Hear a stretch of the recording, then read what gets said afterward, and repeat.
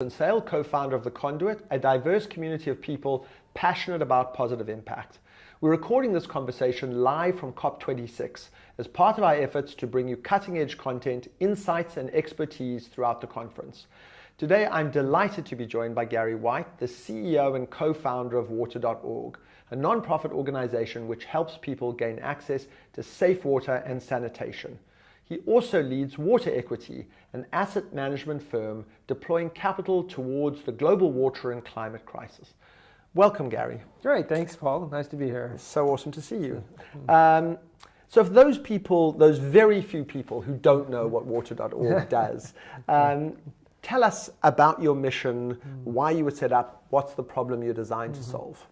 So you could probably anchor it in SDG number 6. You know, we need to get safe water and sanitation to the planet. And right now there's more than 700 million that don't have water, and really more than 2 billion who don't have access to proper sanitation. So Water.org is about kind of creating the market, if you will, for water and sanitation investment to happen. And what we realize is that even people living in poverty, if they can get access to financing, an affordable loan, maybe just $300, they can use that to then get the water solution that's best for them or the sanitation that's best for them. So that's really what we're doing. We're trying to nudge the market more towards people living in poverty to solve their own water and sanitation needs. So give us an example of the kind of work that you do. I mean, I noticed that you've spoken very much about a focus on individuals and giving individuals choice rather than giant infrastructure projects or building dams. I suspect that you're on the latter, not the former. But tell us a little bit about, like, specifically how you deliver your mission. So I think a great example would be a woman I met recently in the Philippines. Her name was Lina Riza. She, right before she had a loan from one of our partners, she was paying about $2 a day, you know, $30 a month for water from a vendor. And it wasn't even great quality water because that's all that she could do because she couldn't afford to pay the $300 or so to connect to the utility and to put in the plumbing.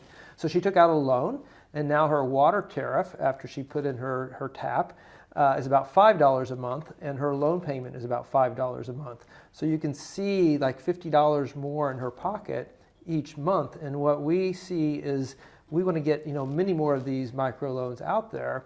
And it's about kind of, you know, the value that's created for Lina Riza is clear, right? It's cash in her pocket. And so what we're trying to do is just kind of share some of that value creation back up the financial chain so that we can bring in the global capital markets. So you can think of it as creating the financial plumbing between the global capital markets and women making a few dollars a day so that everybody can win.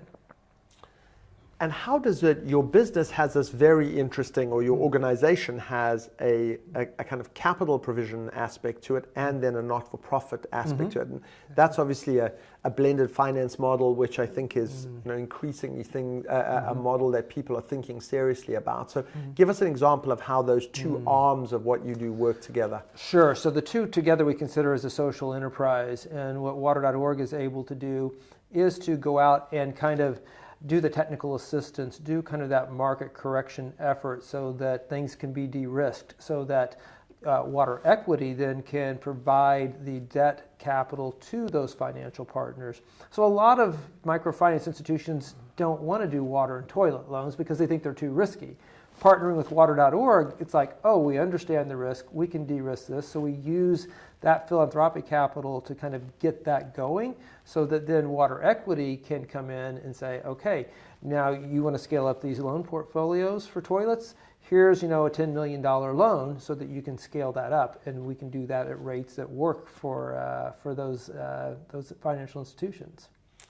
So you're obviously at COP, and you know, water is going to be dramatically impacted by a changing climate, and water is essential to human life.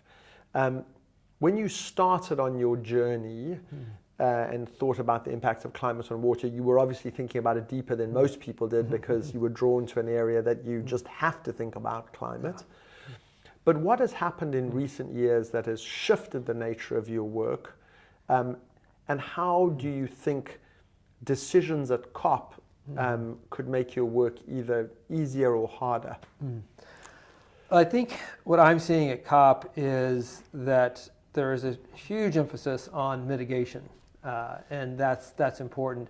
What I see also is not nearly as much focus on adaptation, and so that can make our work harder. If we are not looking at investing in projects and in programs that give people more water resilience, then we can backslide. The people who have gotten access to water will maybe lose that, and it's a risk to society as well. I mean, we talk more and more about climate refugees. Well, climate refugees are really water refugees. When you think about that, everybody has to get their water somewhere every day, and if they can't, they're going to move. And so we can think of it as enlightened self-interest, but we can also think of it as the right thing to do to help the most marginal populations have that. And then we can also look at it from the perspective of, if we can now do this with capital that will provide a financial return to investors, then there's no reason why we shouldn't all lean into this, regardless of what's motivating you, mitigation, adaptation, or financial return, or ESG, or whatever you're looking for. So what sorts of policies, if you were a benevolent decision maker and you were thinking about what people could be doing to anticipate and adapt to what will indubitably be a changed water geography, what are the sorts of things that you think people could be doing to get ahead of the changes that climate change is going to cause? So I'm going to take it through the lens of what I always do since I started Water.org 30 years ago. What needs to happen for people living in poverty that we can do at this kind of higher level, right? We owe it to them for so many different reasons, not least of which because they didn't do anything to kind of put us in this mess, but they're the ones that are paying for it. It's investing, right? I think it is investing in ways that are subsidized by government, to help people who are in abject poverty get lifeline rates of water tariffs. Sometimes that's even free, right?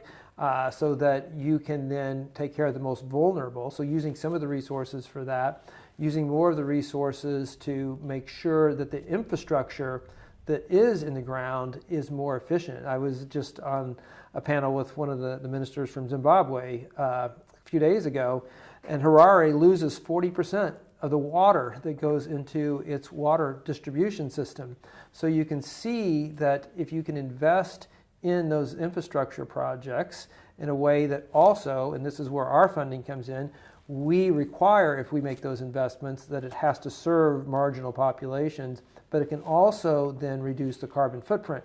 That water, 8 trillion gallons of water is lost every year because of antiquated infrastructure, and that's really, gigatons of carbon that's being lost. And so if we can get the investment from the government and the investment from the private sector and the investment from WaterEquity to come together, then it becomes solvable and a manageable problem. Are you seeing places where you work significantly put at risk in political terms, either in terms of conflict or social instability due to the changing patterns of rainfall or water storage or the delivery of water? And give us some examples of that, because I'm sure that's a massive challenge in your area of work. It is, and I think, if I mention 2 countries, South Africa, Brazil, these are countries, not too long ago were facing day zero, literally the day that they would not be able to supply water to their populations in major cities. So yes, we definitely see that, and those are the things that make the headline. What you don't see is kind of that woman in sub-Saharan Africa who now, because of climate change, might be walking 3 hours a day instead of 2 hours a day to find the water that she needs. Those are the ones that are less visible to us. Or you look at Bangladesh, my gosh, the saltwater intrusion from the flooding is not only wiping out agriculture, people are seeing a lot about that. I was just looking at a BBC clip yesterday, but it's also contaminating the aquifers that are there. And so, where do you send tens of millions of people who no longer have access to safe water? Where are they going to go? What are they going to do? It's just something that we're not paying nearly enough attention to on the adaptation. I always love to look at positive case studies, places which have been world class that you'd want to replicate, that contain a lot of the sort of accumulated lessons from past failures that have done things well. I'm sure you have a lot of them, but tell us about a place or a country or a municipality or a city that has done something that's really impressive, that people who are trying to seriously address the water crisis could look to as a reference point. It's a great question, and there are so many of them. I would just point to India, really. You know, you had a program that was really instituted by Prime Minister Modi, Swachh Bharat, which was like, we're going to get sanitation to everybody in this country. And that follow-on was, getting piped water access to everyone. And so what was so great about that is the vision, first of all, and it was the resources to make that happen, and getting very close, but then also the innovation. And so we had been working in India for, more than probably 10, 12 years with our water credit program, where these loans were going out, people were getting toilets, they were repaying them, and that became kind of a critical juncture with us and the government. So they're like, wow, if we can work with this initiative, we can make our resources go much further, because all of the capital is being leveraged from these microfinance institutions. And so we partnered with them. They made lending for water and toilets part of what they're called their priority sector. That increased the uptake of capital coming in. And now literally, hundreds of millions of people have access to toilets there now that didn't have it before. So for those people who are kind of impact investors and finance geeks who are listening in and interested in water equity and how that works, are you able to get some modicum of investment related returns from the investment in water?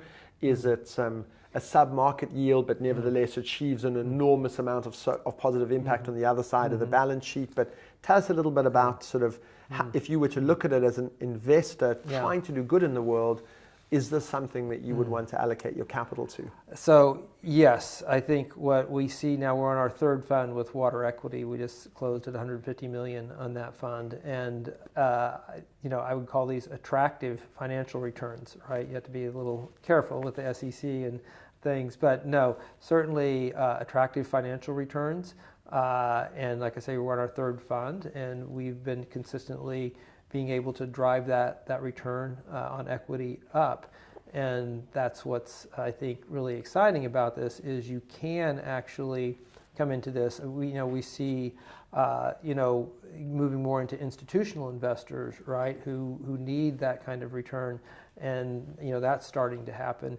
We see, high net worth individuals, we see corporate partners that are interested in this.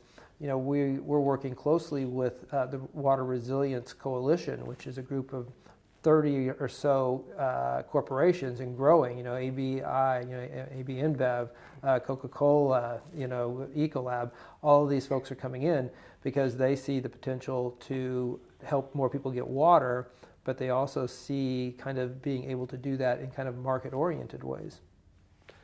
I was very struck by your comment that faulty, old, decrepit infrastructure, which causes a loss of up to 40% of water, is not just a humanitarian, nutritional, agricultural health loss. It's also gigatons of carbon that are used to produce clean and deliver water. And it seems to me that the infrastructure investment alongside what you do, the major systemic infrastructure investment, is something that's so important. Is that something that where you partner up with other people in order to deliver that? Yeah, so we're already partnering with utilities to upgrade infrastructure, to also, again, because we are bringing capital, we have some say over covenants and kind of how we do the loans and the populations that need to be served. And we have certain social metrics that we are going to hit as an asset manager to deliver that back to our investors. I think with WaterEquity, we also see the potential to deliver that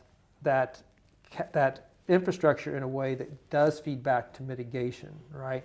And that is really kind of the next thing that we're going to be chasing. I see a potential $1 billion pipeline for infrastructure and climate investment, and I want to push us towards that next. And I want to be able to do that in a way that, this stands on its own in terms of meeting basic human needs. It stands on its own in terms of the ESG that a donor or investor gets. But if we can also tie it to carbon credits and carbon offsets, then I think we can make it work even better. How would you tie it to carbon credits and carbon offsets?